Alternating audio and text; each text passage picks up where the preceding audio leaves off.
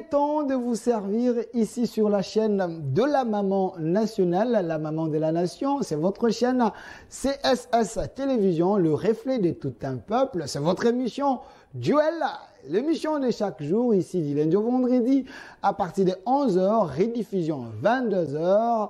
Aujourd'hui, nous sommes là, comme prévu. Nous avons les castings voulus parce que l'actualité de mon pays exige à ce que nous puissions inviter les têtes bien faites de la République, afin que nous puissions décrypter les grandes lignes d'actualité. Sur ce plateau, je suis avec Monsieur Manix Yenda, lui qui est porte-parole d'un parti politique, parti de l'ancien Premier ministre Matata Ponyo, sénateur aujourd'hui. LGD, il est porte-parole. Monsieur Manix Yenda, soyez le bienvenu. Merci beaucoup Delphin, merci pour l'invitation. Je salue mon co-débatteur. Je salue également le peuple congolais qui nous suit en ce net moment. Je salue les Congolais de la diaspora. Bien au-delà de ma casquette en tant qu'acteur politique, œuvrant dans un parti connu, mais je suis aussi député de la rue. Les représentants du peuple au niveau de la rue. Je porte la voix des sans-voix. Je suis la bouche des bouches qui n'ont pas de bouche. Je représente le Congolais opprimé, les Congolais faibles, le Congolais vulnérable, le Congolais qui font l'objet d'une justice et inégalité sociale. Et donc, en tant que député de la rue, je me suis engagé à considérer la responsabilité politique comme un sacerdoce pour représenter valablement notre peuple. Que je sois élu ou pas, je pense que je dois rester et demeurer député de la rue. De la rue. Ok, Monsieur Manix Yenda. De l'autre côté, nous avons la présence de Monsieur Joël Kadé Ndanga. Il est journaliste, analyste politique. Il est là avec nous. Monsieur Joël, soyez le bienvenu. Merci, très cher Delphin. On s'est raté plusieurs fois. Je m'excuse d'avoir manqué à votre rendez-vous. Beaucoup de charges. Et je suis heureux quand même d'avoir subi votre harcèlement jusqu'à répondre à votre invitation. Mais je voudrais savoir si réellement le co-débatteur est député national. Parce que il est député de la rue. Non. Nous sommes à traité, chers confrères. Vous voulez dire quoi? S'il n'est pas député national élu, il devra enlever ça. Parce que c'est une usurpation, c'est une infraction en droit. Donc il porte une qualité dont il ne dispose pas. Il peut être poursuivi en justice. Il a expliqué ici, vous n'avez pas compris. Non, s'il vous plaît, chers confrères. Il y a de... J'en parle en tant que juriste. Ça peut lui être porteur de malheur. C'est un ami, c'est un frère. En tout cas, je cru peut-être que quand je suis entré, je cru que c'est... comme il y a plusieurs suppléants, j'ai cru peut-être que c'est un ami qui évolue dans la politique il y a plusieurs années. C'est un intellectuel de renom que je respecte beaucoup. Mais là, il y a usurpation de qualité. Il n'est pas député, il ne peut pas porter ça. Voilà. Monsieur Joël Ndanga, il va répliquer, il va s'expliquer encore. Peut-être que vous puissiez bien comprendre s'il est... Non, c'est un point de vue. Il est libre d'accepter ou pas. C'est un conseil d'un ami. Parce qu'un jour, on retient ça pourrait lui être fatal et on créera l'état de droit. Ok. Merci. Parce qu'il y a quand même un précédent, Nico Faye, qui s'appelle procureur près le peuple. Lui aussi, il est... Non, Nico s'appelle, mais il ne porte aucune insigne qui dit qu'il est... Vous n'avez jamais vu Nico en toge noire. Vous ne l'avez jamais vu. Là, ici, je vous parle d'une manière impersonnelle, sans aucune intention. Ok. C'est un conseil d'amis. Apprendre à laisser. Alors, merci Monsieur Joël Kadé, analyste politique. Alors, la thématique d'aujourd'hui, le régime Tshisekedi face aux défis à relever. On en parle. Parmi les défis, nous allons prendre les cas de la justice et l'état des droits. Où en sommes-nous? On va en parler. Il y a la situation de l'Est. Vous êtes sans ignorer que la RDC et dans le pourparler, dans des réunions, parce qu'il semblerait que le Rwanda est derrière le M23, selon les affirmations de notre gouvernement. Mais Kigali n'est pas d'accord avec ces affirmations, parce que le gouvernement pense que le M23, c'est des sous-traitants du Rwanda. Sur ce, nous allons chercher un peu d'en parler. Où en sommes-nous avec cette situation? Parce que le président de la République l'avait dit, pour qu'il puisse se sentir président, il faut qu'il puisse donner la paix à l'Est. Comme il n'y a pas la paix, est-ce qu'il est président ou pas? Toutes ces questions très questionnantes, c'est avec mes invités. Je préfère... non, il vient d'avoir la parole, vous êtes de l'opposition. Monsieur Manix, ça dérange que je commence avec vous? Non, mais il faut commencer par ceux qui détiennent les bâtons de commandement de la République. Alors, c'est à eux de nous faire un état de lieu de la gestion du pays. Monsieur Joël, vous êtes d'accord que je commence avec vous? Bon, ce n'est pas que j'ai le bâton de commandement, je ne sais pas. Où m'a-t-il vu détenir une signature quelque part? Bon, peut-être parce que vous êtes avec Tony Mwaba. Alors, Monsieur Joël Ndanga, je préfère commencer avec vous. Prenons d'abord cette... Non, écoutez, il y a la dernière fois qu'il avait sollicité une émission avec moi. Certainement qu'il avait des choses à dire. Et ça a raté. Aujourd'hui, vous avez... C'est un rendez-vous. J'aimerais que lui qui a demandé qu'il commence. Qu'il commence parce que j'aimerais qu'il revienne sur ce qu'il avait dit pour que j'apporte mon point de vue. Parce qu'il avait déjà parlé sur ma tata.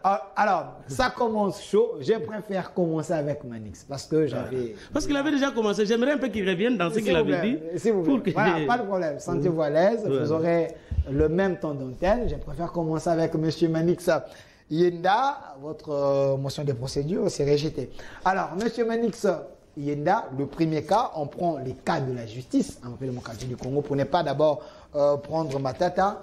Quel est l'état des lieux, faites-vous, de la justice en République démocratique du Congo? L'état des droits amené par Félix Tshisekedi, où en sommes-nous? Bon, je voudrais commencer mon propos par une précision de taille que je n'ai pas demandé. Un débat avec mon co-débatteur. Je ne l'ai vraiment pas demandé. Je ne l'ai pas non plus souhaité, mais autant que je débat avec tout citoyen congolais. Et donc, je considère ces débats comme une opportunité pour édifier notre peuple. C'est en cela que je souhaite un débat de l'altérité, un débat de tolérance et de respect des points de vue de l'autre, un débat qui considère le Congo comme un dénominateur commun, au-delà de nos clivages politiques, au-delà de nos tendances et ségrégations politiques qui nous divisent par moments autour des intérêts partisans. Mais j'aimerais préciser, je vous avais invité à deux. Il s'est fait qu'il n'était pas là. Vous avez dit, peut-être il a fui, mais il est là. Entrons dans le débat. Merci. Qu'à cela ne tienne. Deuxième élément de précision, je suis très heureux parce que mon co-débatteur, c'est un juriste. Et il sait qu'en droit, tous les faits s'expliquent du point de vue juridique. Alors, j'aimerais bien qu'il me donne la nature juridique de l'écharpe que porte le député national. S'il revient sur cette question-là, je crois que je pourrais lui répondre avec ample détail par rapport à ma qualité en tant que député de la rue. Je le suis et je le reste parce que notre peuple n'a plus de représentants au niveau du Parlement. Ceux qui sont allés au Parlement sont emportés au gré des vagues de l'opulence parlementaire. Ils se sont désolidarisés avec les déshydratats du peuple et ils ont rompu avec la rue. La rue n'a pas de représentants. Vous regardez combien de fois ceux-là qui sont au Parlement s'exposent avec les spectacles d'immoralité. Le peuple ne les a pas mandatés pour faire preuve d'une immoralité, je dirais, politique. Ils s'accrochent à l'opulence parlementaire, aux 21 000 $ et aux palissades. Ils ne sont pas représentants du peuple. Et donc, sur cette question, je suis prêt pour vous expliquer peut-être des choses que vous ne maîtrisez pas du point de vue juridique. Alors, je reviens sur cette question. Du ministre de la Justice. Cette question de l'état de la justice. Moi, je voudrais même qu'on s'interroge sur les devises, les compartiments de notre devise nationale. Parce que la constitution de notre pays parle de devise de la RDC comme, on commence d'ailleurs par la justice, paix et travail. Alors, j'aimerais bien poser la question à tout le Congolais qui me suit en ce moment. Est-ce que lorsqu'on regarde nos devises dans sa tridimensionnalité des valeurs, est-ce qu'on peut parler de la justice dans ce pays? Est-ce qu'on peut parler de la paix dans ce pays? Est-ce qu'on peut parler du travail dans ce pays? Il faudrait que tout commence par là. Si vous voulez qu'on en fasse tout un décryptage, on le fera. Mais quand on parle de la justice, on dit que c'est la justice qui élève une nation. Lorsqu'on parle de la justice et surtout lorsqu'on parle de l'état de droit qui par moment devient comme une sorte de pollution sonore, une chanson qui fait mal à l'oreille, de gens qui parlent de l'état de droit mais qui ne se comportent même pas dans le sens de la justice tel que voulu par le législateur suprême de notre Constitution. Regardez le préambule de notre Constitution. Troisième paragraphe. La Constitution dit « Animé par la volonté commune de bâtir au cœur de l'Afrique un état de droit fondé sur les valeurs de la démocratie politique, économique, sociale et culturelle. » C'est-à-dire l'état de droit, selon le législateur suprême de notre Constitution, est un vœu collectif du peuple congolais, est un édifice que nous avons bâti de par notre volonté de rompre avec la vengeance privée, de rompre avec cette justice de celui qui n'est pas avec nous et contre nous. Et donc, lorsqu'on parle de l'état de droit, dans une définition simple, l'état de droit, c'est un état dans lequel les règles de droit, les principes juridiques, le principe régulateur de l'État sont scrupuleusement respectés. L'état de droit, c'est un état de nullum crimen nulla poena sine lege. C'est-à-dire un état où il ne peut pas avoir des sanctions, des peines, de condamnation ou encore de procédures en dehors de la loi. C'est un état de légalité de peine. L'état de droit, c'est un état qui garantit le droit de la défense aux parties. L'état de droit, c'est un état de droit, c'est un état qui reconnaît aux prévenus après qu'ils aient été enquêtés par la justice et avant qu'ils soient condamnés, le droit d'une présomption d'innocence. L'état de droit, c'est un état dans lequel la suprématie de la loi s'oppose aux juges. L'état de droit, c'est un état dans lequel chaque citoyen, selon qu'il s'agit de son degré de responsabilité eu égard à l'état, a son juge naturel. L'état de droit, c'est un état de respect. C'est un état de droit qui doit respecter même la théorie de Montesquieu, celle de séparation de pouvoir. Est-ce que vous avez les cas aujourd'hui qui prouvent que tout ce que vous êtes en train de dire n'est pas respecté? Je peux vous rassurer qu'aujourd'hui, nous n'avons pas intérêt de parler de l'état de droit. Au contraire, on peut parler de l'état de droit. Ça veut dire quoi? L'état de doigt, le signe de l'UDPS. Okay. Le deux doigts. Et comme vous le savez, le deux doigts, c'est la symbolique de la corruption. C'est la symbolique du vol. Quand on vous dit, Babetio deux doigts, c'est-à-dire on vous a volé. Okay. C'est-à-dire le régime de M. Tshisekedi a fait les deux doigts aux Congolais. Yakoui Babangombo Waram. Régime Yabamibi. L'état de doigt, c'est l'État qui vole l'argent de la République. Où nous en sommes avec l'affaire 100 jours. Où nous en sommes? Où nous en sommes avec les détournements et séries même des détournements dans le secteur de l'éducation, avec autant de millions qui sont partis comme ça. Encore que l'Union sacrée comme machine politique aujourd'hui se transforme en une sorte de blanchisserie politique. Willy Bakonga, blanchi. Dans le secteur de la santé, Eteni Longondo, blanchi. Vidye Chimanga, blanchi. C'est-à-dire un État où il y a des gens qui commettent de forfaits, mais parce qu'ils appartiennent à une blanchisserie, lorsqu'on le condamne ou lorsqu'on on essaye un peu de le bouger, ils vont à une sorte de vacances à la prison de Makala. Merci. Merci, monsieur. Et à chacun son jour des vacances. Quand le jour des vacances à Makala prendra fin, vous sortez d'office. Merci, monsieur Manix.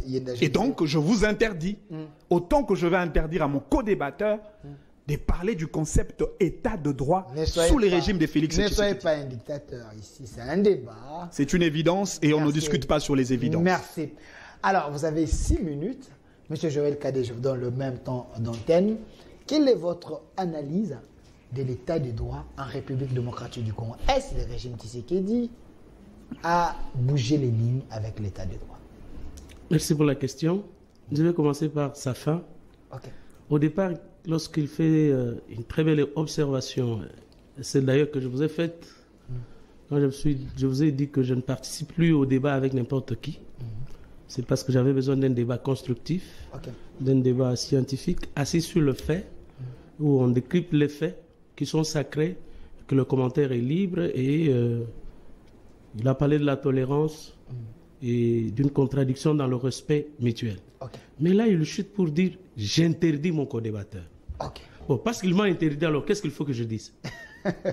La vérité. Non, parce qu'il m'a interdit. Alors, qu'est-ce que... les mensonges. Non. Je vous interdis de dire les mensonges. Vous savez, peut-être. non, écoutez, il y a une manière de parler lorsque vous avez établi les jalons d'un débat que j'ai souhaité être beaucoup constructif, mais vous ne pouvez pas interdire à un co-débatteur d'avoir sa pensée. Au-delà des clivages politiques, ce que vous avez dit, c'est très, très, très capital. Pourquoi pouvez-vous dire une chose et son contraire? Ok. Parce qu'il s'agit d'un débat. Je ne suis pas obligé d'adopter votre point de vue.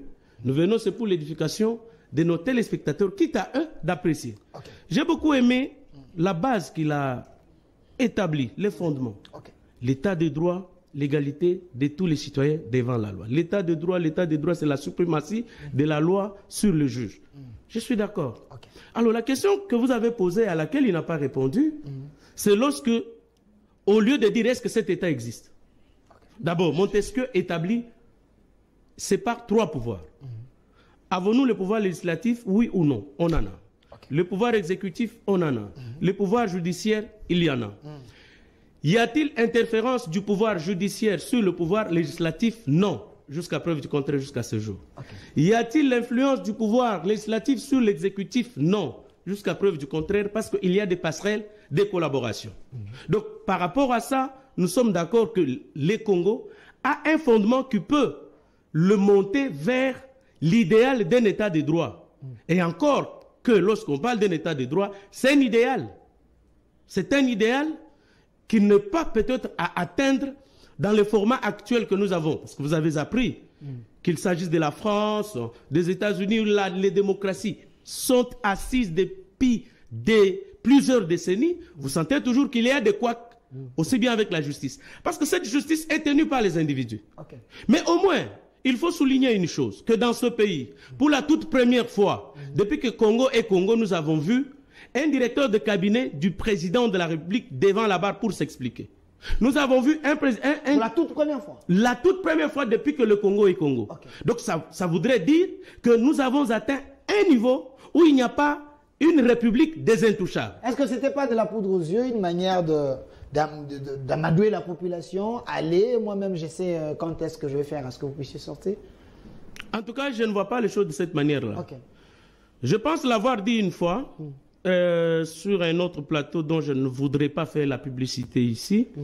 J'avais dit, nous avons pour la première fois dans l'histoire du Congo un président qui n'interfère pas dans l'exécution ou dans le rendu de la justice dans notre pays. Je me rappelle, j'ai côtoyé les cours des tribunaux, je me rappelle que un juge qui est vivant, avec les 2 assesseurs, ont élaboré un jugement dans l'affaire Mouyambo.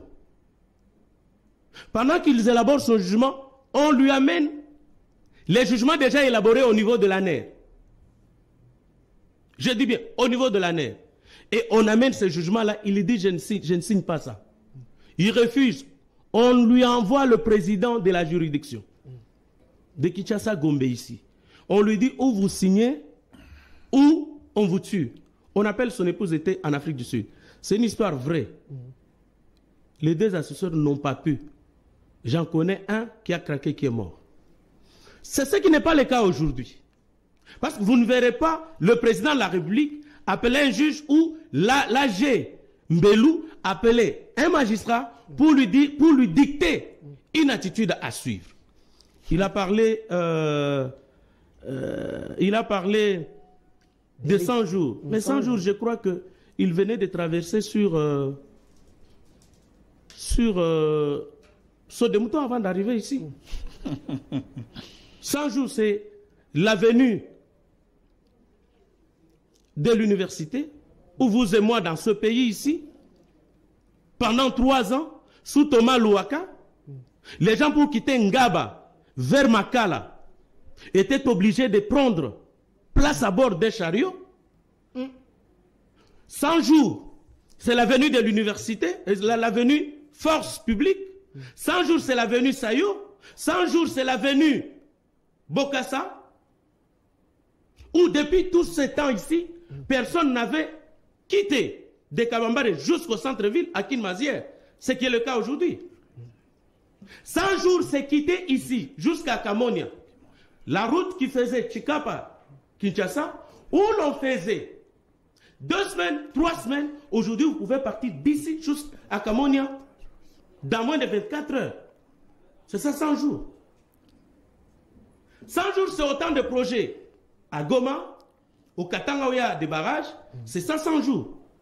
Mais il y a eu les détournements dont il a parlé au niveau de l'enseignement primaire, secondaire et technique. Peut-être qu'il ignore que l'ancien secrétaire général à l'EPST, l'inspecteur général à l'EPST, les directeurs nationaux du service national de contrôle et de paix des enseignants SECOPE sont en prison. Ils purgent leur peine de 20 ans. Peut-être qu'ils ne voient que le cas Bakonga, qui n'a jamais été poursuivi pour le cas dont il parle de détournement. Parce qu'on lui a lancé. Parce qu'il est dans l'Union sacrée, lui, il a parlé de blanchisserie. Il peut avoir raison. Ok. Merci. Il peut avoir raison. Parce qu'à un certain moment, même le président de la République, chef de l'État, il a décrié la manière dont notre justice est rendue. Et le dernier cas en date, sa dernière intervention, il a parlé de la théâtralisation de la justice. Et il a été suivi par le président du Conseil supérieur de la magistrature lorsqu'il s'est adressé à ses collègues magistrats pour leur dire « Mais quelle est cette justice où l'on procède d'abord par la détention, qui est une exception, pour donner la liberté, qui est le principe, à côté, cette inversion. » Donc vous sentez qu'il y a encore des brebis galeuses, mais qui ont passé tout le temps dans les antivaleurs et que le changement ne peut pas être automatique. Parce que la magistrature, comme les services militaires, les services d'enseignants, ainsi de suite, c'est pas comme le journalisme à la manière de Kinshasa où quelqu'un se réveille un matin, il a sa caméra, il devient journaliste automatiquement. Alors, il y a un travail qui devrait être fait du changement des mentalités dans le chef de nos magistrats. Et ça, c'est un cas que le chef de l'État a décrié, que le président du Conseil supérieur de la magistrature a décrié. Est-ce qu'il faut seulement décrier ou il faut donner des solutions à ces problèmes? Quand on lui parle de l'état des deux droits, il a cité Teni Longondo, mais écoutez, il a cité autant de... Vous voyez... Bon, l'état des deux doigts, s'il vous plaît, allons-y, allons-y. L'état des deux doigts, c'est l'état où il y a plus de 200 millions de dollars. Vous vous associez avec votre ami en Afrique du Sud dans une entreprise qui n'a aucune expertise en matière de projet parc agro-industriel. Vous y allez du marché de gré à gré, sans appel d'offres international, parce que pour un marché au niveau de plus de 5 millions de dollars, l'appel d'offres doit être fait au niveau international. Ce qui n'a pas été fait, mais on prend cet argent pour engloutir dans un projet à Bukangalozi, qui est un scandale. Un scandale. Scandale. Vous faites allusion. Et on va construire de la sémaille de maïs germe une grande université à Kindu, que j'ai visitée, qui est très jolie, et une école. L'état de deux doigts, c'était s'il vous plaît, l'état de deux doigts, c'était cet état où le ministre des Finances, en 2010, M. Matata Pogno, il est ici. S'il vous plaît, en 2010, il y a les pas de porte de 30 millions de dollars dans le contrat signé entre Fortune et Sodimico. Et les pas de porte, il va les engloutir dans un sous-compte à la Banque centrale du Congo. Et quand on l'a suivi, il dit, c'est le boss qui a pris l'argent. Et les gens de la Sodimico, pendant ce temps, accusaient combien de morts? 99 mois d'arriérés de salaire. Il avait fallu, selon que le dit les codes miniers, qu'on donne 50% à l'entreprise et 50% au gouvernement central, on allait résoudre combien de problèmes? Cet état de deux doigts, c'est l'état où nous avons vécu dans ce pays, où les mines ont été bradées sous Matata Pogno. Bradées. J'ai dit bien bradées. Sodimico, bradé. Jekamine, bradé. C'est cet état où, sous le Premier ministre et ministre des Finances, parce qu'il a été ministre des Finances depuis qu'il a été nommé en février 2010 jusqu'à son départ en 2015. Et c'est cet état de deux doigts. Vous pouvez nous expliquer ici. Merci. Vous savez, à un moment donné, il faudrait que les gens aient le respect pour leur progéniture. Ça veut dire quoi? Quand on parlera, quand on verra mes petits-enfants, quand je ne serai plus là, quand on citera le nom de Matata, qu'est-ce que ça va résonner dans les oreilles? Pour vous, Matata, ce n'est pas un modèle. Mais il a parlé d'un voleur ici. Merci. Mais il devrait vraiment le regarder et dire voilà le modèle. Peut-être que l'Union sacrée suit. Voilà celui qui a fondé ce modèle. Merci, merci monsieur Joël K de vous Et j'ai plusieurs cas. Pas de problème. Par rapport à sa gestion. Pas de problème. On est encore sur ces premiers points. L'état des droits en République démocratique du Congo. Où en sommes-nous? Alors, monsieur Manix Yenda, il a dépassé les 4 minutes. Je vous donne 10 minutes. Vous êtes porté-parole du LGD, parti cher, à l'homme qui est là, Matata Ponyo. Selon Joël Kadé, ce n'est pas un modèle. L'état des droits, lui, il en fait partie. Alors, quoi comprendre de ces dossiers Bukanga Lonzo? Il a soulevé autant de cas ici. Vrai ou faux? Ce que j'aime dans l'agir de nos frères de l'Union sacrée de la nation, c'est cette marque de sincérité qu'ils ont lorsqu'il s'agit de reconnaître leur qualité de médiocrité.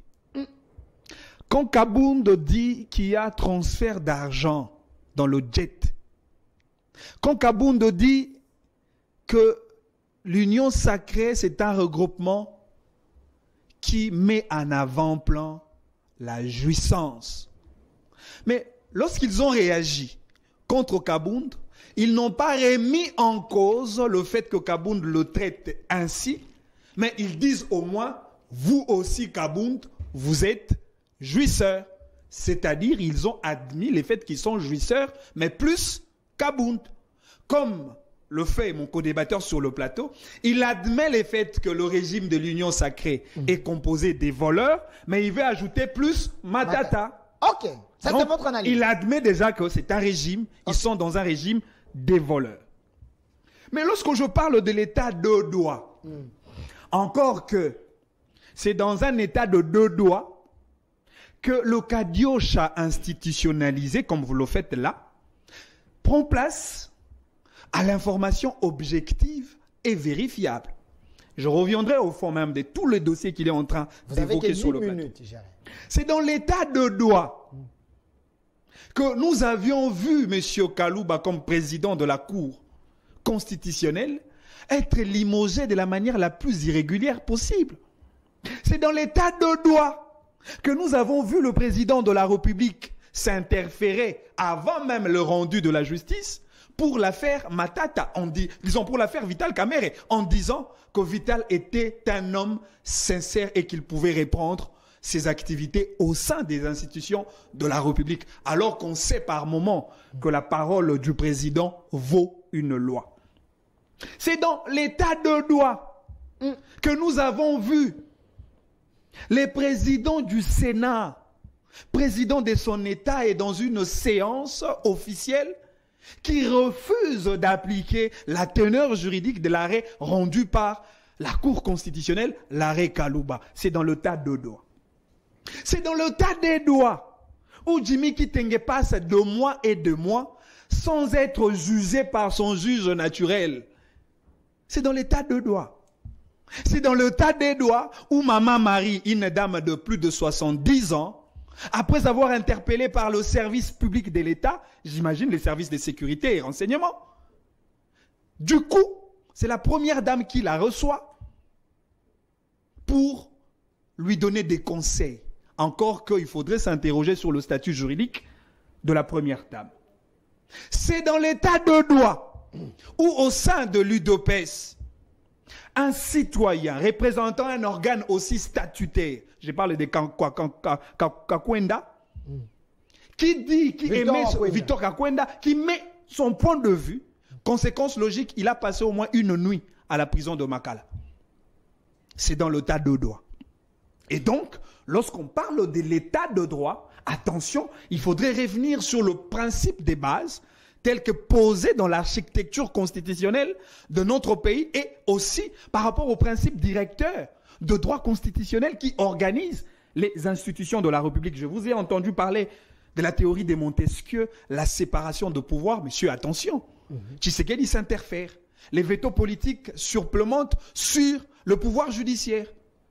Les politiques instrumentalisent la justice et cela est clair. Donc Matata avait raison. Quand on parle de Matata comme modèle, lui, il les réquise. Premier élément. Matata, c'est le seul acteur politique, comme gestionnaire de la République, au rang du chef du gouvernement, qui nous a permis, à nous, la République, d'émigrer du modèle de l'agriculture informelle à l'agriculture moderne, l'agriculture industrialisée. C'est un courage d'État. Parce que depuis la nuit de temps, l'agriculture que nous faisons, c'est avec le sujet congolais, les artisanaux, nos pauvres mamans qui nous plantent les maïs, les légumes dans les espaces vendus par les politiques d'aujourd'hui, et ça n'a jamais été l'œuvre du gouvernement. Encore que, dans le programme Bukangalonzo, le projet Bukangalonzo, vous et moi, pour ne prendre que le cas de la ville-province de Kinshasa, dans les différents carrefours de la ville-province de Kinshasa, il y a eu des containers de vente de maïs Bukangalonzo. Or, quand on arrive au niveau de la consommation d'un produit agricole, parce que la finalité pour un projet agricole, c'est la consommation. Cela voudrait tout simplement dire que le projet, dans sa première phase, avait respecté ce qu'on appelle la chaîne de consommation. Et quand on parle de la chaîne de consommation, on voit 1, la production, 2, la distribution, 3, la commercialisation et enfin 4, la consommation. Et donc, le projet dans son premier volet avait obtenu ces résultats escomptés. Quid alors de la suite? Alors tous nous savons que les individus passent, les institutions restent. Comment Tchibala, comment l'autre là, Sami Badibanga, ont géré le projet Bukangalonzo, ne serait-ce que par le principe de la continuité de l'État. Deuxième chose, Matata comme modèle. Attention, c'est pour la première fois qu'un Premier ministre, après avoir géré la République, il a été consulté par 3 États africains comme un expert de la bonne gouvernance. Matata est allé au Guinée-Conakry pour prêcher le leadership et gouvernance de qualité. Mais parlons de Matata en termes d'œuvre et action au sein de la République au travers sa gestion en tant que Premier ministre. N'est-ce pas que c'est grâce à Matata que nous avons eu la TVA, une des stratégies fiscales pour gonfler l'enveloppe financière de notre pays. C'est grâce à Matata que nous avions eu l'ITIE. OADA pour l'assainissement de climat d'affaires, nous l'avons ratifié sous la gouvernance de M. Matata. Dans le secteur de l'administration, il y a eu assez de réformes patentes avec des résultats escomptés, des réformes visibles. Je prends le cas de la bancarisation pour fiabiliser la paye des agents publics de l'État. Et la bancarisation demeure jusqu'aujourd'hui. Pour la sécurité sociale des agents publics de l'État, il a fallu que la gouvernance de M. Matata crée SENSAP, qui continue aujourd'hui en termes de services publics, employant le Congolais comme personnel. C'est grâce à Matata pour rajeunir l'administration de notre pays qu'il faudrait créer l'école nationale d'administration. Je prends le secteur de la forêt. C'est grâce à Matata, à son décret de 2014, que nous avions eu une foresterie développée avec plus de 145 concessions au bénéfice de nos collectivités locales.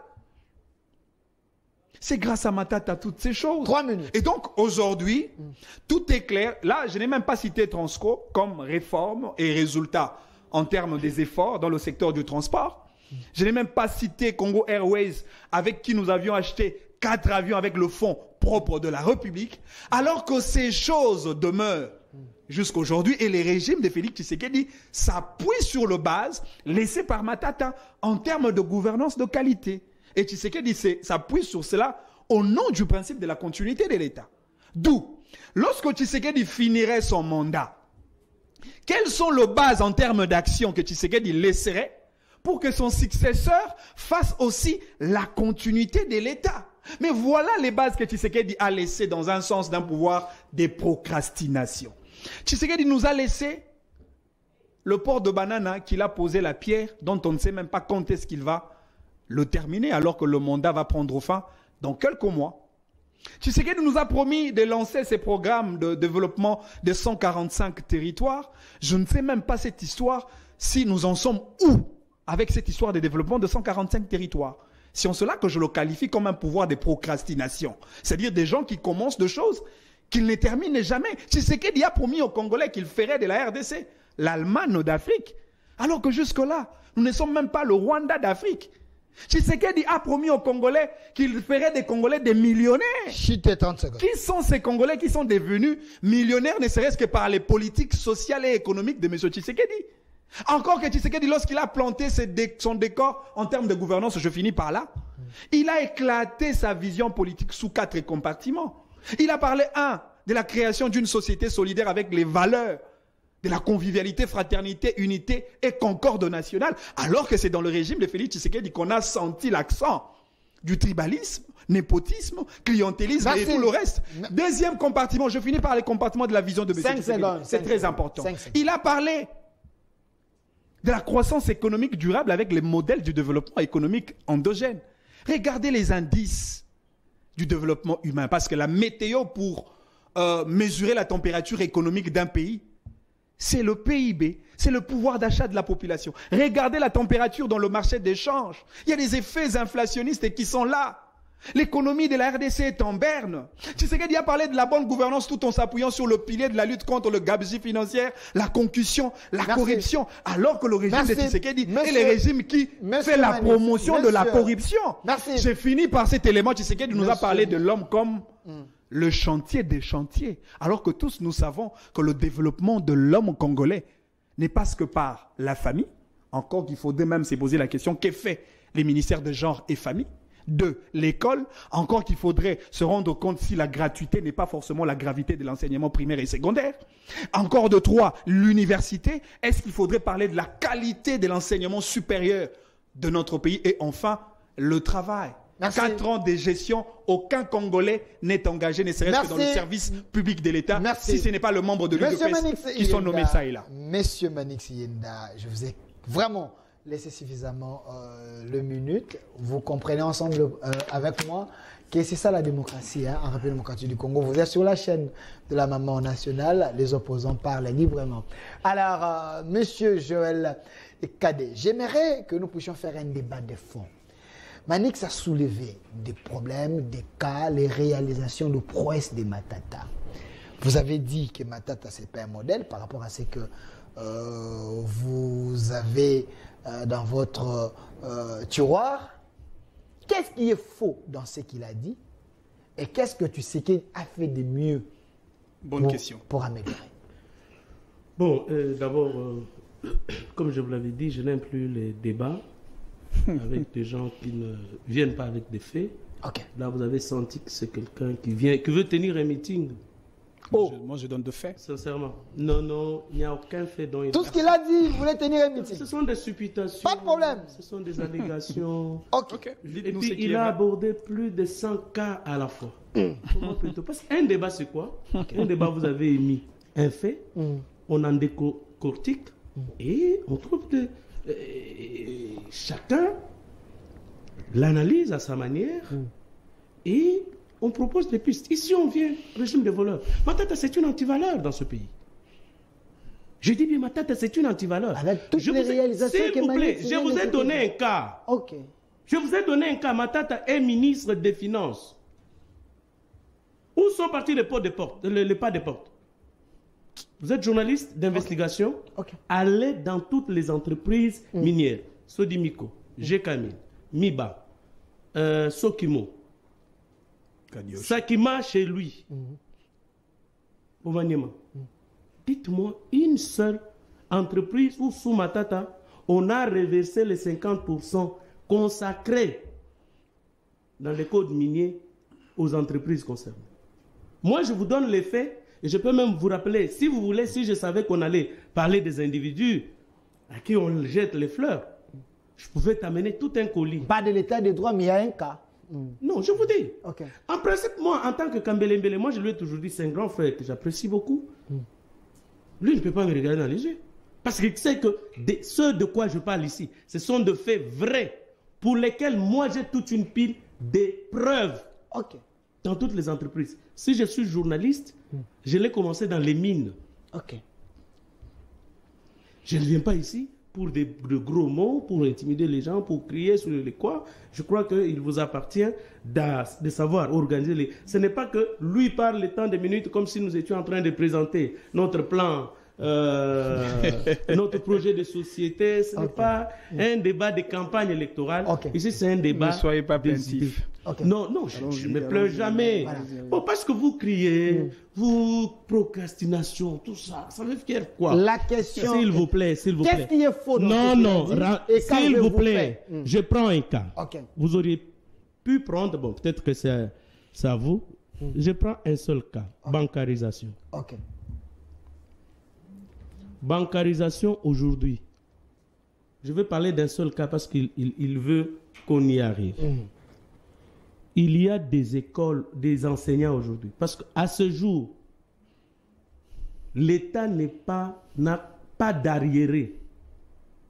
Ni en ce qui concerne le salaire des fonctionnaires, ni en ce qui concerne les frais de fonctionnement. C'est une première depuis que le Congo est Congo. Donc il n'y a pas d'arriéré, ni en termes de frais de fonctionnement, ni en termes de salaire. Mais comment est-ce que, je vous apprends qu'à Ilebo, où il n'y a pas Moeka, décaissé, où il n'y a pas d'agence commerciale, les enseignants connaissent 3 mois, ils n'ont pas touché leur argent. Caritas qui servait, Caritas bloque l'argent pendant 3 mois pour économiser les fonds des convois et d'escorte pour aller donner aux enseignants 3 mois après et aux autres fonctionnaires de l'État. Et qui nous a introduit dans ça? C'est Matata. Savait-il qu'à Ilebo, il n'y a pas une banque commerciale? Vous comprenez? Ça, c'est de 1. Pour parler de la bancarisation.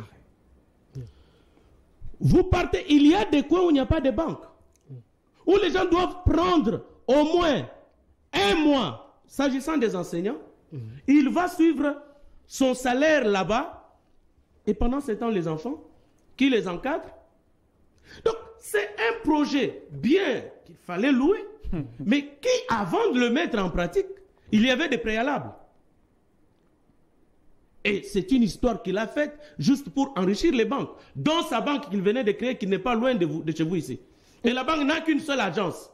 Sa propre banque, elle est quelque part ici. La banque de Matata? Oui, elle est quelque part ici. Il n'y a qu'une seule agence sur toute l'étendue de la RDC. Et les enseignants sont là-bas. Et combien on opère la coupe sur les salaires des enseignants? Heureusement que nous sommes partis dès son temps à 150 000 francs congolais pour un enseignant, et aujourd'hui on est à 400 000. Avec prime de gratuité de l'enseignement et avec prime de brousse pour les enseignants qui sont à l'intérieur du pays.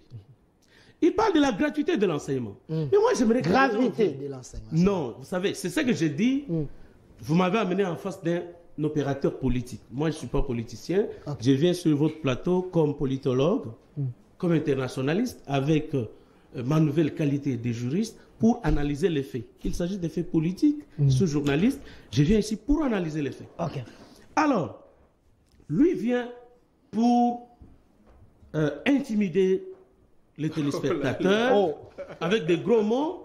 Il vient pour intimider les téléspectateurs. Ça, il fait son discours. Vous pouviez lui laisser comme la fois passée. Il vient, il fait son show, il parle et puis il finit, il part. Il n'avait pas besoin d'un co-débatteur. Parce qu'un co-débatteur, je vous dis, par exemple, en ce qui concerne la gratuité de l'enseignement. La gratuité de l'enseignement est consacrée par l'article 43 de notre Constitution. Dans son alinéa dernier, l'enseignement primaire est obligatoire et gratuit dans les établissements publics. Donc, en ce qui concerne l'enseignement, c'est l'enseignement primaire, ça veut dire première, deuxième, troisième, quatrième, cinquième, sixième primaire. Et ça, dans tous les établissements publics, on a dit bien, dans les établissements publics primaires, l'enseignement primaire est gratuit.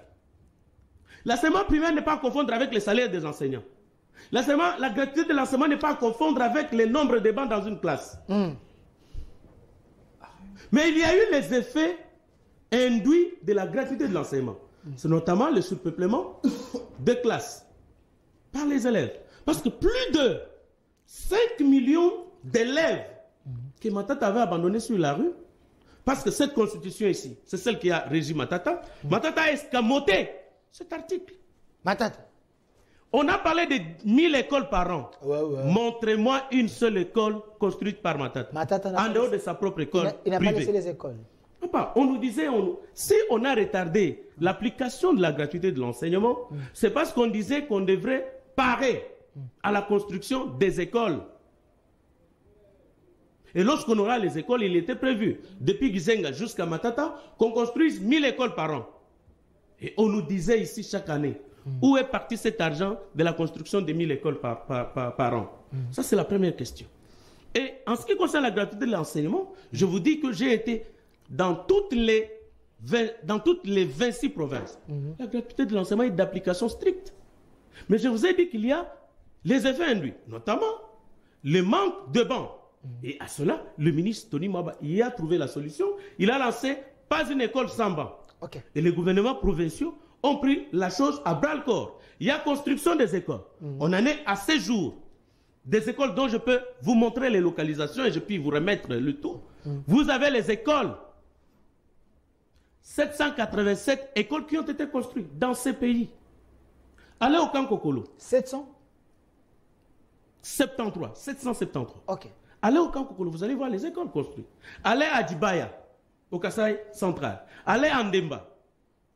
Vous allez voir les écoles construites. Le gouverneur du Katanga, du Haut-Katanga, avec les fonds miniers, construit les écoles. J'étais au Maniema, d'où je viens. Heureusement que Matata l'a reconnu dernièrement. Il y a des écoles qui sont construites par le gouvernement provincial. Et nous avons d'ailleurs été pour inaugurer une école à Kindu qui venait d'être construite. Donc, au Tony Mwaba, avec les PST, il y a quand même l'évolution. Non, je voudrais... C'est juste pour vous dire que la bancarisation dont il se prévaut, ça a été... C'est un échec cuisant. Jusqu'à ce jour ici. Merci, monsieur Joël. Non, je n'ai pas fini. Je n'ai pas fini. Vous avez dit que ça... Vous avez suffisamment de minutes. Je vous ajoute encore. Je vous ajoute 2 minutes. Non, vous avez dit que... Parce que vous... À moins si vous voulez lui laisser faire les shows, il fait les shows. Non, nous devons prochainement, quand vous deviez m'inviter, c'est pour venir débattre. Il y a des sujets bien déterminés. On débat sur les sujets. 2 minutes, vous Donc, c'est pour vous dire qu'il est en train, dans les supputations, pour intimider les téléspectateurs, pour rien, parce que je sens qu'il n'a pas d'éléments. Mais moi, je vous ai parlé des pas de porte. Je vous ai parlé des détournements monstrueux opérés. Qu'il vous rencontre sur ça. Il devrait me rencontrer sur ça. Et si vous voulez que l'on parle de Matata, arrêtez juste la prochaine fois, arrêtez le sujet, c'est Matata qu'on parle de la gestion de Matata. Parce que là, on est un peu dans tout. Vous avez parlé de la justice, de l'état de la justice, tout ça. Matata refuse. Moi, si j'étais... C'est mon grand frère que j'aime beaucoup. Matata refuse de comparaître devant la justice. Pourquoi? S'il était innocent. Comme Kambelembele. Kambelembele, il était revenu au pays pour... S'il vous plaît. Non, il était venu pour effacer les traces. Il n'a pas réussi à effacer les traces. Mais les cas, parce que de un, moi je vous ai dit ceci, qu'un marché à plus de 5 millions de dollars, l'appel d'offres est fait au niveau international. Dites-moi quand est-ce que le gouvernement Matata a fait appel d'offres pour les cas de plus de 200 millions de dollars de Bukangalo. C'est des questions très questionnantes. S'il vous plaît, de deux. Donc le marché a été accordé de gré à gré. Et pour qu'on accorde un marché public dans un domaine, il faudrait que l'entreprise qui se présente ait une expertise dans ça. La loi relative au marché public, je peux vous la faire lire. Si vous m'aviez dit qu'on venait parler de Matata, je vous aurais apporté la loi relative au marché public. Dites-moi quand est-ce que Matata a lancé l'appel d'offres international. Dites-moi, comment ça s'appelle? Africom. Dites-moi, Africom a quelle expertise dans la construction, par exemple, des parcs agro-industriels? Parce que, qu'est-ce qui s'est passé? Ils sont, lui, Matata, avec le monsieur d'Africom. 30 secondes. Ils sont associés dans une entreprise. Et ils créent cette entreprise à la hâte, qui n'a aucune expérience en la matière, et on lance le parc agro-industriel de Bukangalos. On confie à des mains inexpertes. Marché de gré à gré. Alors, une telle antivaleur, vous pouvez la présenter comme un modèle? Non, vous voyez les gens comme des amnésiques ou comment? Et j'ai dit ceci. Kambelembele, Akutoka Keboy. Nimtota Maniema. La moindre des choses. Il est innocent. Il se serait rendu volontairement. Par rapport à l'honneur en son nom. Ce n'est pas l'argent qu'il donne aux médias. Ce n'est pas l'argent qu'il donne aux avocats. Ce n'est pas l'argent qu'il a donné aux magistrats. À Nairobi. Merci. Pour se faire disculper. Merci. La moindre des choses, c'est se présenter devant la justice. On a exploité Kalouba parce que la loi, voilà, que la Cour ne s'est pas rétractée, elle a rétabli les faits. Nous parce allons on ne peut pas avoir un homme sans juge naturel. Merci. Mais Matata a voulu, avec Kalouba dans une tricherie et honteuse, on revient. Il a voulu tout simplement que dans ce pays, les anciens présidents, les anciens premiers ministres manquent de juges naturels. C'est pourquoi je vous dis ceci. Prochainement, vous m'appelez, élaborez déjà les sujets. Joël thématique.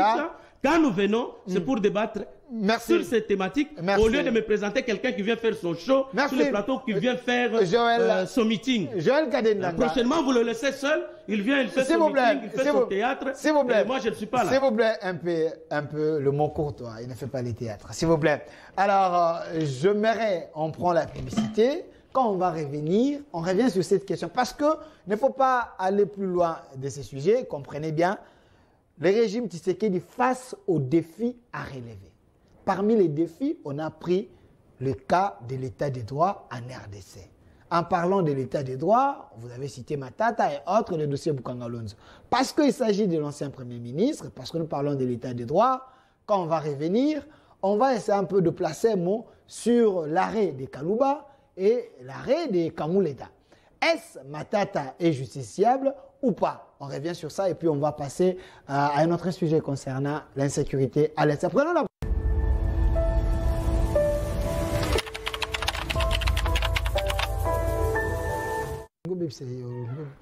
Voilà, de retour sur ces plateaux, c'est votre émission duel.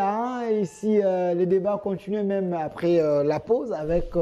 le doyen Joël Kadendanga, lui qui est journaliste, analyste et politique, il est là avec nous. Également de l'autre côté, Monsieur Manix Iyenda, porte-parole du LGD, parti cher à l'ancien Premier ministre Matata Ponyo. Les dossiers où la première thématique ou le sujet principal, le régime Tshisekedi face aux défis à relever, on a parlé de l'état des droits, où en sommes-nous? Alors, parce qu'on est encore là, avant d'aborder la deuxième question sur la situation de l'Est, M. Manix Iyenda, c'est votre tour de parler. Alors, ici derrière moi, vous voyez, il y a l'ancien président de la Cour constitutionnelle, M. Dieudonné Kalouba. À son temps, il avait dit la Cour constitutionnelle était incapable à juger l'ancien Premier ministre. Aujourd'hui, la nouvelle Cour pense être prête ou capable à juger Matata Ponyo volte-face de la Cour constitutionnelle? C'est ça même l'état de droit, et non un état de droit. Alors, je reviendrai avec ample détail pour répondre à cette question que je considère comme une question plus importante pour ces débats d'aujourd'hui. Mais permettez-moi quand même de balayer quelques éléments que j'ai entendus. J'ai remarqué que mon co-débatteur n'a pas voulu, ou carrément, il a eu des difficultés à répondre à votre question. Quand vous lui avez posé la question d'opposer aux actions de Matata telles qu'elles présentées par son représentant sur ce plateau par rapport à ce que Tshisekedi a fait. Qu'est-ce que Tshisekedi a fait de mieux que Matata avec Joseph Kabila ont fait hier? Il n'a pas répondu à cette question. Et de deux, je voudrais dire à mon co-débatteur, ce que je dis ne sont pas de gros mots. Le gros mot, ce sont des insanités. On dit plutôt des grands mots. Je ne dis pas des insanités sur le plateau, à moins que je me trompe. Encore que mon co-débatteur me demande de lui citer ne serait-ce qu'une école construite par Matata dans le cadre de programme de construction des 1000 écoles. Déjà que j'informe, dans le lot de 1000 écoles, Matata a construit, c'est-à-dire des écoles finies et inaugurées, plus de 782 écoles. 782 écoles. Les restes des écoles sont restées inachevées, effectivement, pour des raisons techniques, parce qu'il y a eu des territoires qui posaient problème en termes de main-d'œuvre, en termes de transport de matériel, et ainsi de suite. Alors, parce qu'il me demande de ne citer qu'une seule école, je cite une école, ici à Kinshasa. Et il peut même aller vérifier. Je prends la commune de Selembao et je donne même des références. Vous allez vers Rond-Point Ngaba, vous dépassez, vous prenez la direction qui mène vers Mongafula, l'arrêt Armée. Vous descendez dans l'arrêt Armée, vous prenez l'avenue qu'on appelle l'avenue de l'école. Là, au coin, il y a un terrain de football. En diagonale de l'avenue Libération, il y a une complexe scolaire qu'on appelle ILES, construite par l'œuvre de Matata dans le cadre de ce programme 100 jours. J'ai donné des adresses et des indications quant à mon co-débatteur d'aller vérifier. Quand je reviens sur ce dossier des Matata, vous savez, j'ai l'impression qu'on commence maintenant à prendre le Congolais comme des moutons de panurge. Comment ça? Les gens commencent à désacraliser l'État congolais. Nous disons tout le temps que c'est la justice qui élève la nation. C'est-à-dire l'injustice descend la nation. Je serai beaucoup plus pratique, et je suis très content d'être en face d'un juriste. Et je voudrais qu'on fasse un débat de droit. Un débat des principes, un débat des théories et un débat des textes. Je prends la première dimension du dossier. Là, je ne suis qu'au niveau de la Cour de cassation. La Cour de cassation fait une surséance à statuer pour renvoi à la Cour constitutionnelle pour lui interpréter l'article 164 de la Constitution. Et la Cour de cassation s'appuie sur la teneur de l'article 162 qui évoque même le principe de l'exception d'inconstitutionnalité. Conséquence logique, dans la démarche de la Cour de cassation, se dégage deux principes en droit. Le premier principe, c'est celui de l'exception d'inconstitutionnalité. Et le deuxième principe, c'est celui de l'interprétation de la Constitution. Je commence par l'exception d'inconstitutionnalité. L'exception d'inconstitutionnalité est un contrôle de constitutionnalité a posteriori. Ce sont des mécanismes de contrôle prévus dans le droit constitutionnel congolais pour protéger la Constitution eu égard au reste de loi, autant pour le règlement d'ordre intérieur. Et d'ailleurs, la Constitution parle aussi des règlements intérieurs des assemblées, notamment le Sénat et l'Assemblée nationale. Et par rapport au contrôle de constitutionnalité, nous en avons deux types. Il y a ce qu'on appelle le contrôle de constitutionnalité a priori, qui s'est fait sur les lois organiques, c'est-à-dire avant que ce loi-là soit promulguée, soit publiée dans le journal officiel, ces lois sont censées être frappées par un contrôle de conformité constitutionnelle par le juge de la Cour constitutionnelle. Le deuxième contrôle, c'est ce que je viens d'évoquer tout à l'heure, c'est le contrôle de constitutionnalité a posteriori, c'est-à-dire c'est un contrôle qui s'est fait après. Et ce contrôle se fait justement sur les lois ordinaires. Ici, j'établis la différence entre les lois organiques, des lois qui organisent les institutions, et les lois ordinaires, des lois qui traitent sur les matières de droit. C'est-à-dire, une loi ordinaire peut passer, peut être publiée par le journal officiel et être appliquée sans pour autant être conforme à la Constitution. Je vous donne deux faits. Le cas de l'ancien code pénal, disons code de la famille congolais. Dans l'ancien code de la famille, c'était prévu que la femme mariée soit assimilée dans la catégorie des personnes incapables. L'enfant mineur, les démons, faibles d'esprit et aliénés mentaux. Ce qui voudrait dire que la femme mariée est incapable et donc par conséquent, elle ne peut pas rester en justice.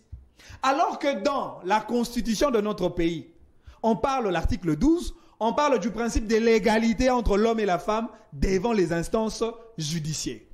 Et donc, lorsque on se retrouve dans un litige et qu'une partie évoque le principe de l'autorisation maritale, c'est-à-dire avant que la femme puisse rester en justice, elle doit avoir une autorisation de son mari, l'autre partie peut évoquer les principes constitutionnels sur l'égalité entre l'homme et la femme. L'effet pour cette partie-là d'opposer à la loi non conforme à la Constitution la teneur d'un dispositif constitutionnel, c'est ça ce qu'on appelle l'exception d'inconstitutionnalité. C'est-à-dire la loi passe tout en étant irrégulière, inconstitutionnelle, mais on trouve un moyen, un contour lors d'un procès pour barrer la route à cette loi afin de promouvoir la primauté de la Constitution. Encore que l'exception d'inconstitutionnalité est soulevée par les parties au procès. D'où la question.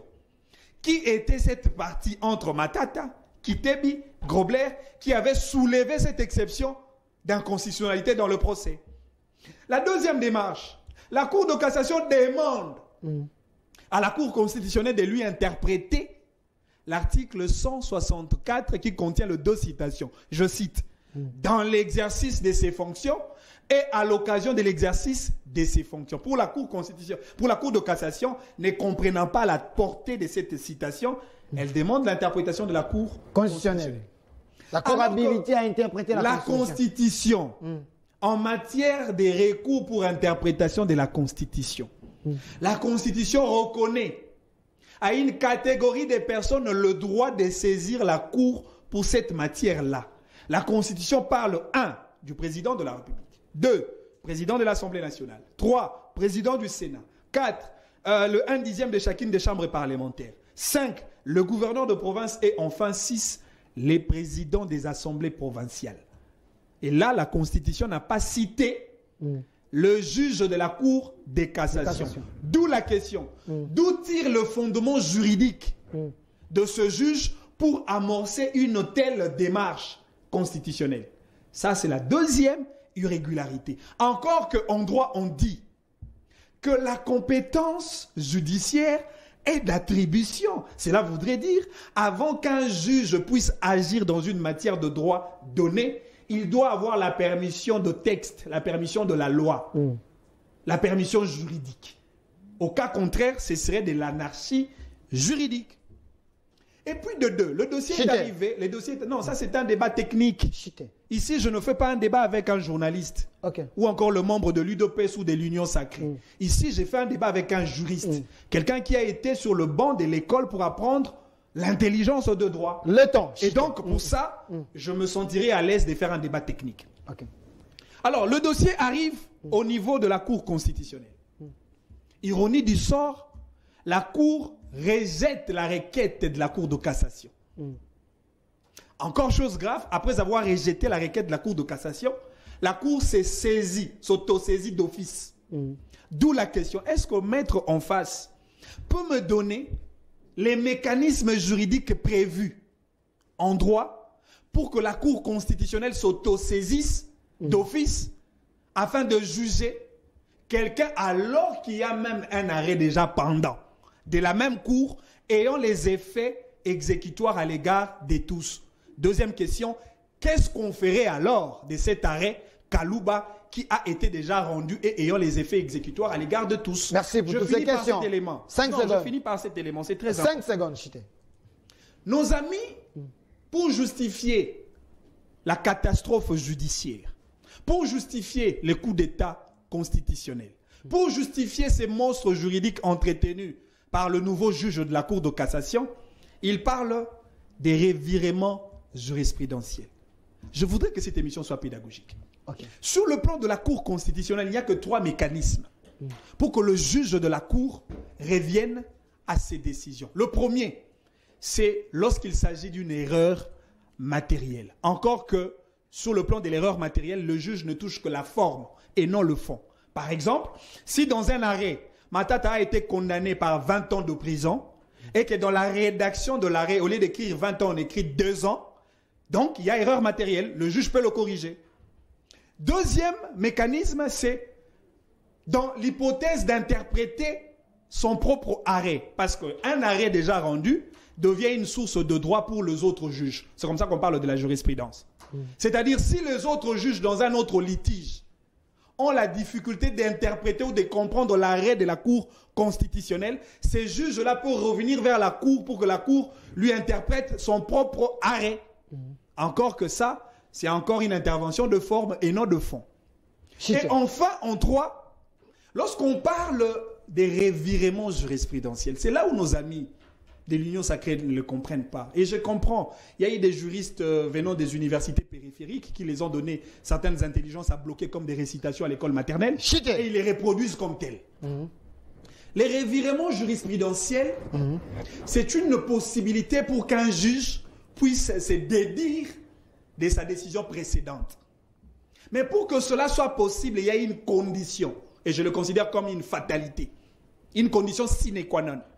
Il faut qu'il y ait deux litiges différents, mais qui portent sur une même matière de droit. Ici, je vais donner plus des exemples pour qu'on soit bien compris.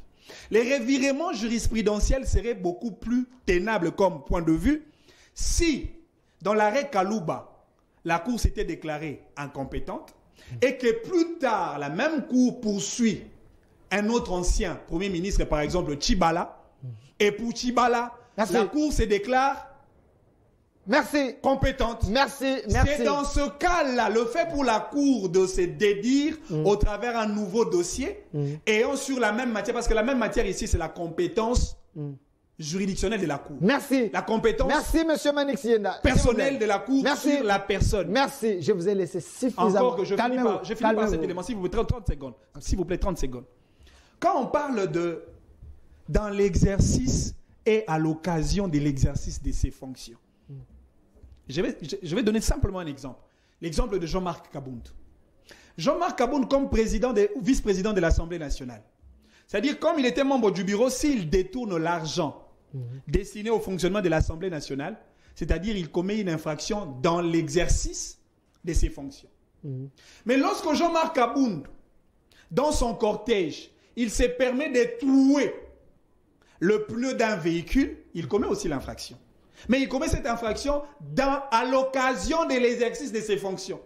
Parce qu'il trouve ses pneus tout en étant vice-président de l'Assemblée nationale, tout en nuisant de ses fonctions. Mais regardez alors ce que la Constitution dit.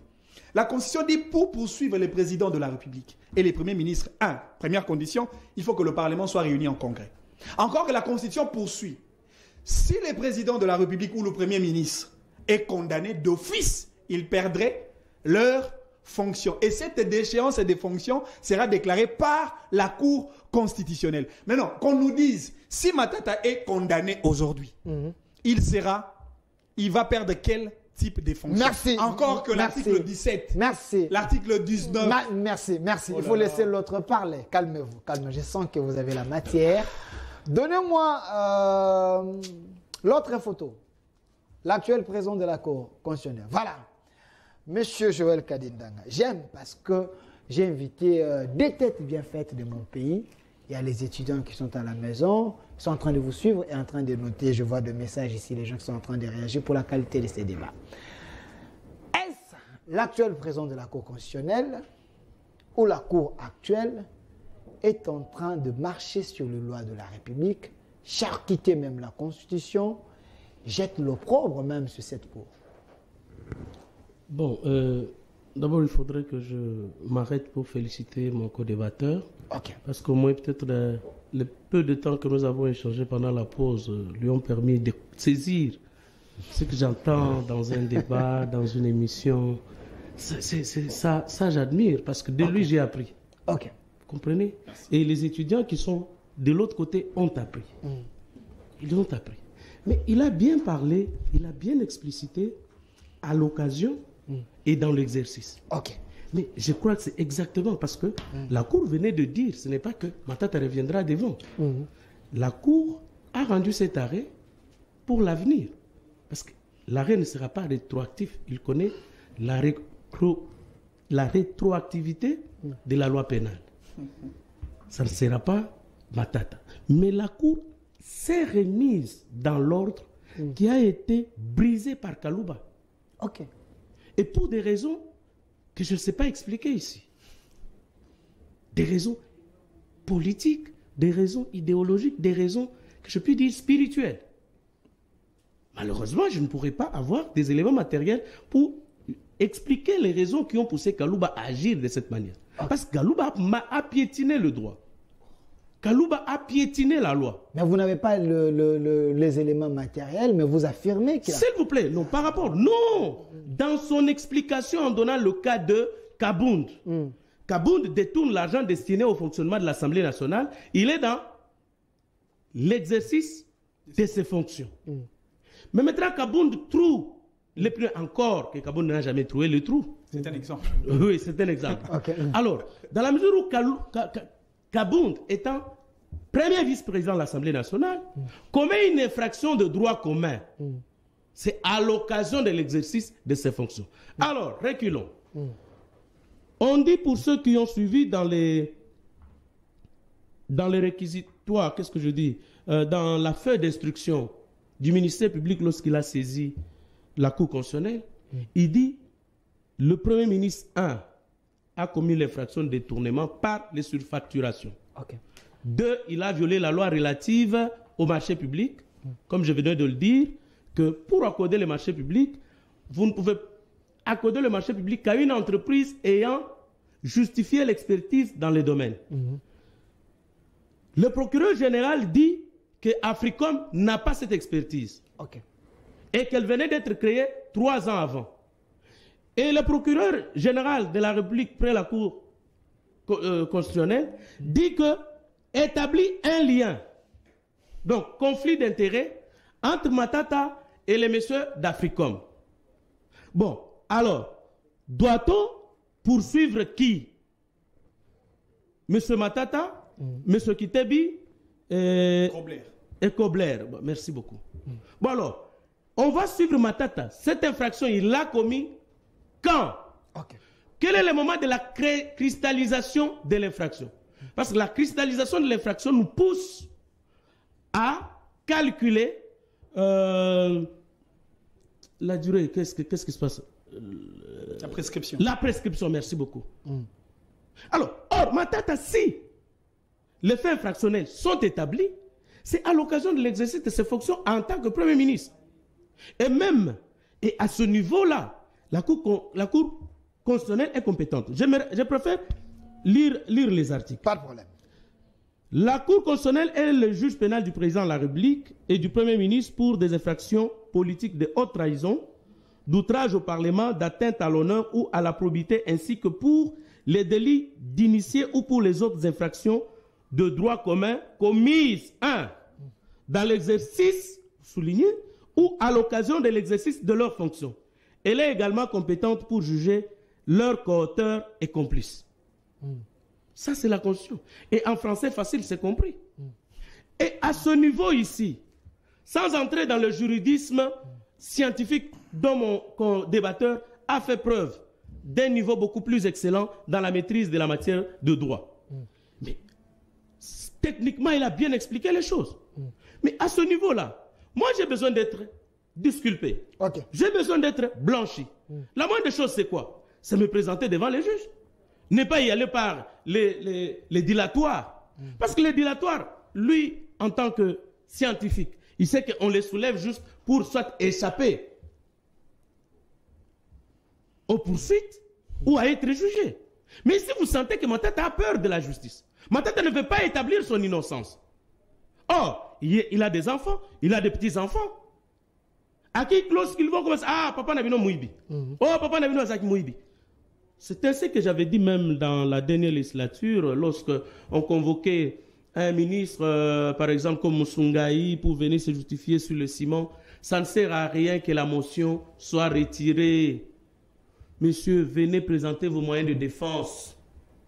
Et vous serez bien disculpés, vous serez rétablis. J'ai bien dit, ça ne sera pas les débats sur ce plateau qui va blanchir Matata. Parce que moi, je vous ai donné les faits qui font en sorte que le Premier ministre a détourné par des surfacturations. Il y a eu conflit d'intérêts. Il y a eu violation de la loi relative des marchés au marché public. Alors, qu'est-ce qui lui coûte? C'est un homme qui doit quand même, pour son honneur, se présenter même volontairement.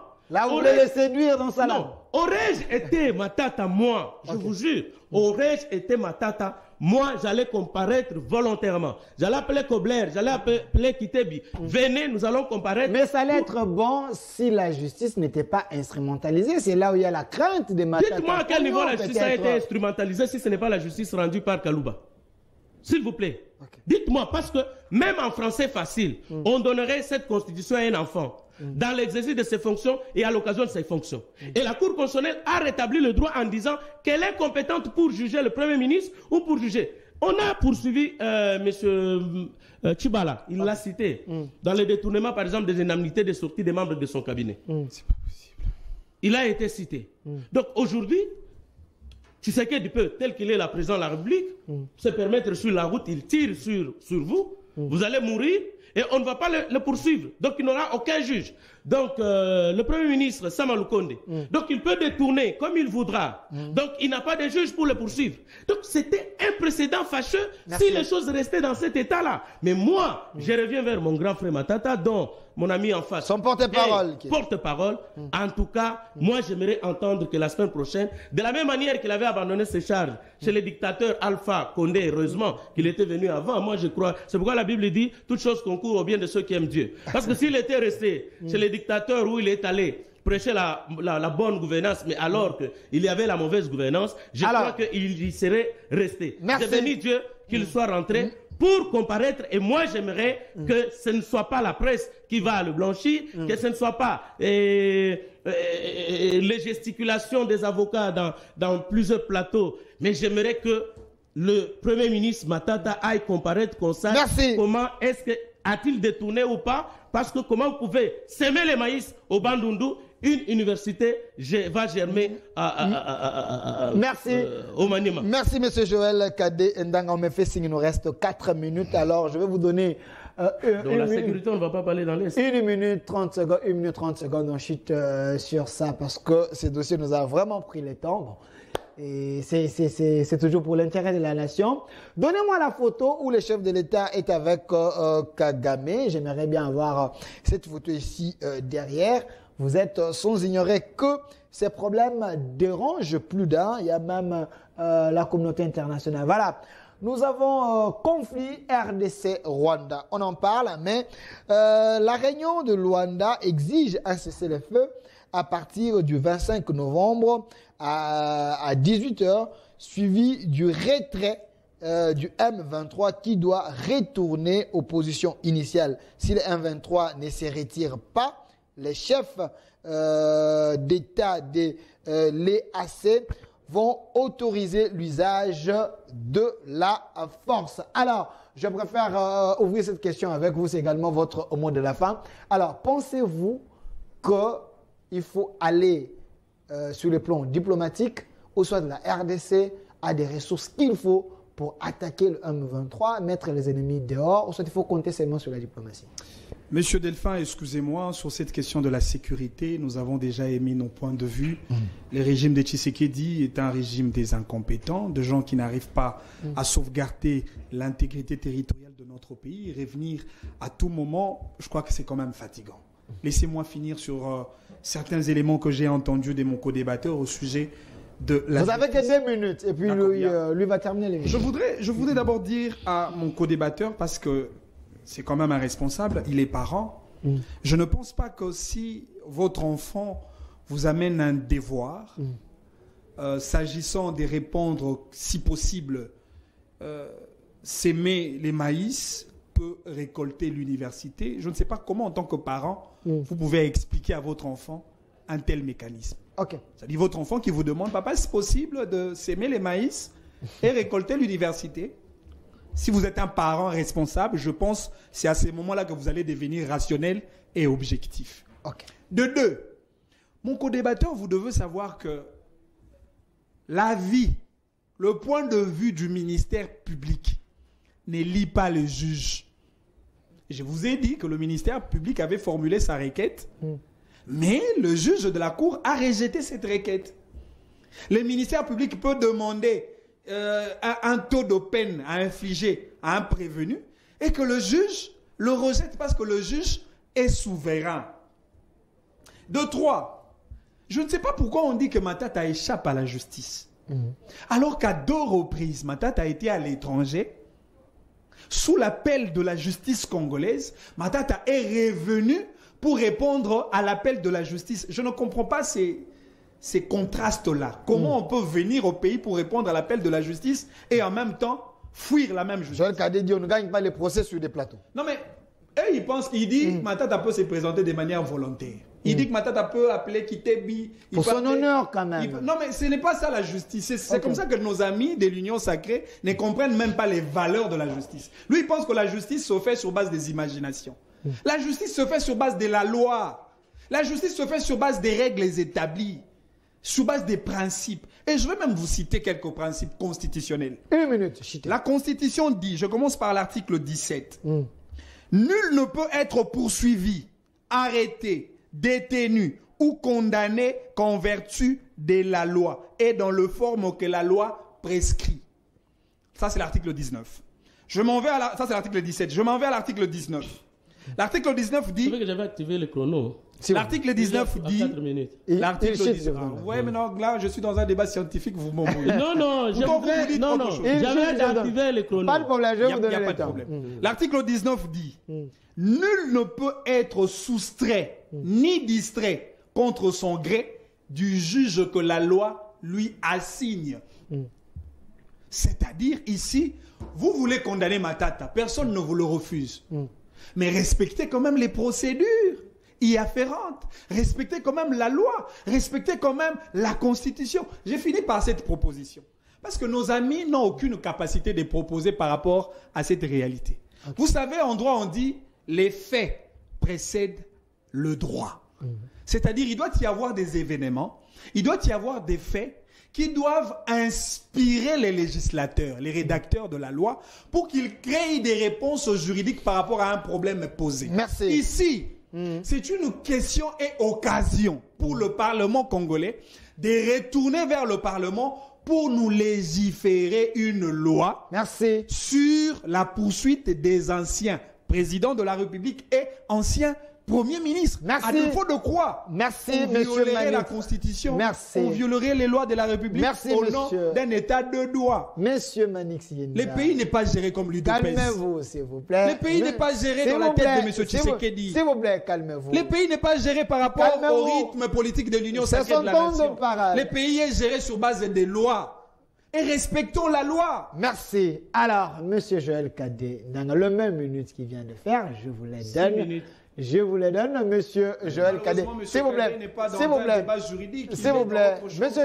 Monsieur Joël. Non, j'étais en train de... Pas de problème. Monsieur Joël Kadé, quoi comprendre de cette histoire, conflit Rwanda-RDC? Pensez-vous, il faut seulement rester sur le plan diplomatique parce que sur le plan de l'armement, même ce qu'on a acheté, c'est bloqué, donc c'est compliqué. Bon, très cher ami, j'aimerais pas revenir sur ce que mon co-débatteur a dit parce qu'il ne m'a pas rencontré lorsque j'ai évoqué la violation de la loi relative au marché public. Okay. Bon, cela étant, il s'est pourvoyé dans la technicité du droit. Bon, il est très subtil et intelligent, et j'ai compris.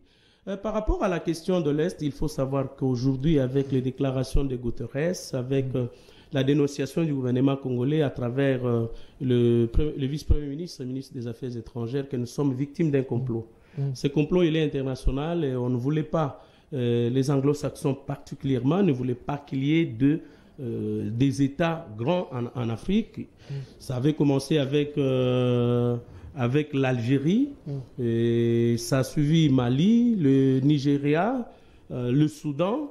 On avait dit que dès qu'on va séparer les deux Soudans, il y aura la paix, mais c'était juste créer les micro-États qui seraient de temps à autre en conflit entre eux, et cela permettra aux multinationales, n'est-ce pas, de continuer à exploiter frauduleusement les matières premières. Donc c'est la première observation. Si vous pouvez lire mon travail de fin de cycle fini à l'université de Lubumbashi en 2001, donc nous étions arrivés à ces conclusions. Alors, pour ne pas revenir, parce que moi je n'aime même pas qu'on parle du M23, il faut parler de l'armée rwandaise qui a agressé notre pays. Et l'armée ougandaise qui ont agressé notre pays. Parce que l'agression de la République démocratique du Congo, malheureusement, vous avez mis ce sujet beaucoup plus important à la fin. La gestion, pour ne pas perdre du temps à parler des individus, a commencé depuis 1987 avec la prise du pouvoir par Kaguta Museveni en Ouganda, qui avait pris le pouvoir avec les réfugiés rwandais, et ils ont pris le pouvoir. À un moment donné, il s'est senti beaucoup plus encombré par les Rwandais. Ça a créé des frustrations au sein de l'armée parce que les hauts commandements étaient conduits par les militaires, les généraux, les officiers supérieurs, c'était des Rwandais. Et pour s'en débarrasser, il fallait qu'on attaque le Rwanda. On a attaqué le Rwanda, il y a eu le génocide. Kagame a sacrifié ses propres frères pour brandir ce génocide comme un fonds de commerce. Et il a réussi dans la vente de cela. Et en 1996, ils ont fait une armée. Donc, dans cette armée-là, il y avait l'Ouganda, le Rwanda, le Burundi, l'Érythrée, même certains mercenaires éthiopiens, certains mercenaires kenyans, même les Tanzaniens étaient dans ça. Alors, moi, je ne pouvais pas attendre qu'à cet instant, on attende que ceux qui ont créé le problème dans notre pays puissent être ceux qui doivent apporter la solution. Parce qu'ils n'ont pas abandonné leur idée initiale qui était celle de la balkanisation de la République démocratique du Congo. Et j'ai dit que l'arrivée de la force de l'Afrique de l'Est pourra constituer vraiment un départ pour que le Congo soit effacé. Parce que je ne vois pas. Et vous avez vu, quand ils sont arrivés, ils vont aller à l'aéroport de Goma, au lieu d'aller au front, et vous attendez qu'ils donnent maintenant un délai, non, un cessez-le-feu. Je n'y crois pas. C'est ainsi que j'en ai fait appel au président de la République. Nous avons intérêt pour l'instant à mettre en place une industrie de la guerre. Okay. Et qu'on puisse construire une psychologie, laissez-moi finir vraiment l'idée là, qu'on puisse construire une psychologie de la guerre dans la population. Le président de la République peut se lever maintenant, comme Mzee Laurent Désiré Kabila l'avait fait, Didier Moumeng l'avait fait. J'ai demandé au ministre Mouyaya de mettre en place une politique de la communication de la guerre qui veut que nous puissions utiliser tous les moyens nécessaires dans une communication de la guerre. Vous avez vu ce qui se passe en Ukraine, vous avez vu les mensonges que nous débitent France 24, RFI et tous les médias occidentaux. Il faudrait que... Et puis moi, quand je vois le ministre Patrick Mouya accorder l'interview à ces médias ici, je me dis, nous sommes dans quel pays? Parce que ce sont ces gens qui nous ont agressés. Le Rwanda n'est que le petit poussin qui remplit la casserole dont la mère est dedans. Et donc, j'ai dit que le président de la République, on doit faire appel à nos chefs coutumiers. Nos chefs coutumiers, il y a deux démarches à mener. La première démarche, que l'on revoie les accords qui avaient été conclus entre l'envoyé du roi de Belge, Stanley Ville, et nos chefs coutumiers. Et ils doivent, par un procédé traditionnel, un procédé coutumier, recadrer, revoir ce qu'ils avaient signé. Troisième élément, il faudrait qu'au niveau de l'ICACI, nous avons tout ce qui a mis fin à la guerre, à la Deuxième Guerre mondiale. L'uranium de Chinkolobwe.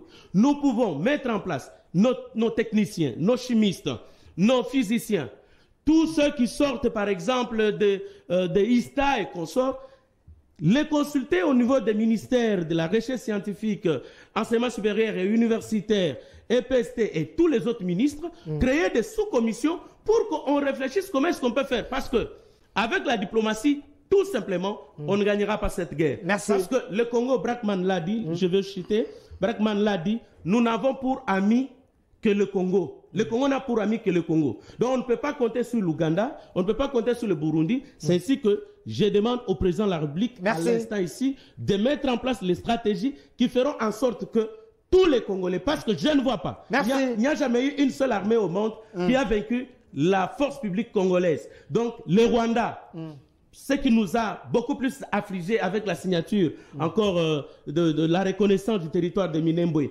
dont les signataires, c'est le Premier ministre Matata Ponyo qui avait signé ce décret. Merci. Donc, je crois que nous, avec l'exfiltration de tous les Rwandais qui ont été nommés dans nos forces armées, dans la police, dans l'ANER, dès qu'on aura le moment de les exfiltrer, je ne vois pas les petits Rwandais nous battre. Même la France ne peut pas nous battre. Merci, M. Joël Kadé. M. Tati, donne-moi la photo, là, 30 secondes. Je place un mot. Moi-même, je place un mot. Je place un mot par rapport à cette situation. La photo du chef de l'État. 30 secondes, je place un mot. Voilà.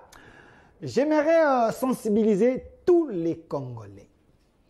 Je pense, comme Mbosso l'avait dit, Nyon Suezalaka, théâtre, té. Alors, à ce moment ici, nous devons nous tous se souder. Parce que le chef de l'État ne dort pas. Le gouvernement congolais est au front plutôt pour chercher la solution par rapport à ces problèmes avec le M23, le Rwanda et autres. Si les négociations sur le plan diplomatique, les choses ne marchent pas, nous-mêmes, à l'interne, on peut s'organiser pour soutenir notre président et notre régime et le pouvoir de Félix Antoine Tshisekedi. Parce que Laurent Désiré avait dit, Bozouata, les armes traditionnelles, une manière de mettre l'ennemi dehors. Si Kagame pense, avec les petits Rwandais là qui sont plus forts que des Congolais, nous nous disons, nous sommes un grand pays, on peut se prendre en charge une manière de terminer cette situation. Même si la communauté internationale est en train de jouer le double jeu, nous, on peut déjouer leur jeu. Merci. C'était votre émission Duel sur la chaîne de la Maman Nationale avec M. Manix Yenda, porte-parole du LGD, parti cher à l'ancien Premier ministre Matata Ponyo. Très piquant, très pertinent. Merci d'avoir répondu. Je continue à lancer le challenge que tout communicateur de l'Union sacrée capable pour un débat. Fumutoto, vous avez réclamé. Je suis prêt sur cette question de l'affaire Matata devant la justice. Merci. Également de l'autre côté, M. Joël Kadé, merci d'avoir répondu à notre invitation. Très piquant. Merci parce que vous avez donné de bonnes analyses. Non, je rejoins votre idée lorsque, vous savez, si le RCD n'a pas pu prendre Mbujimaï en 1999, c'est parce que le chef coutumier Kabinda avait créé une sorte d'un lac. Donc, ils n'ont pas pu traverser. Je crois qu'il y a lieu que maintenant, là, on recourt même au chef coutumier pour faire cette guerre ici avec les armes traditionnelles, tout que chacun. J'aimerais que le gouvernement soit bien fixe sur cette question-là. Il ne faudrait pas que vous avez dénoncé, la population se met sur la rue et vous commencez à vous rebiffer le vice-premier ministre et ministre des Affaires étrangères. Merci. Je crois qu'on doit être ferme vis-à-vis de Kagame, à moins qu'on ait des relations particulières avec lui. Merci, M. Joël Kandane, Joël Kadé, analyste politique. Merci d'avoir répondu à notre invitation. Merci également. Et qu'il a mis aussi à inviter les politiciens. Hein. Moi, je ne suis pas... Merci. Merci aussi à la réalisation.